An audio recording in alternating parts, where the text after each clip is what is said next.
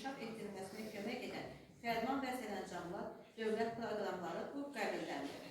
Qanunlar, fərman, sərəncam və dövlət proqramı gənc nəslin təşəkkül qüvvə kimi formalaşmasına, onların mənəvi ideoloji cəhətdən tam yetkiləşməsinə, sosial problemlərin həllinə, faydalı məşğulluğun təmin olunmasına son derəcə müsbət təsir göstərir. Ulu öndərin gəncliyə və gənclərə ehtimalı bugün artıq öz təsdiqini tapmaqdadır.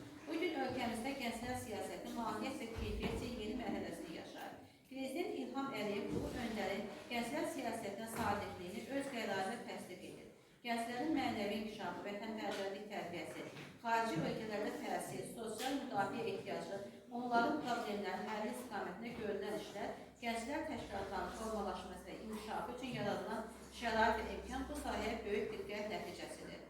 Tam inanla demək olar ki, ölkəmizdə gənc nəslin problemlərinin həlli, onların cəmiyyət həyatında layiqli tədbirdə kimi iştirakının təmin olunması üçün həyata keçirilən bütün zəruri tədbirlər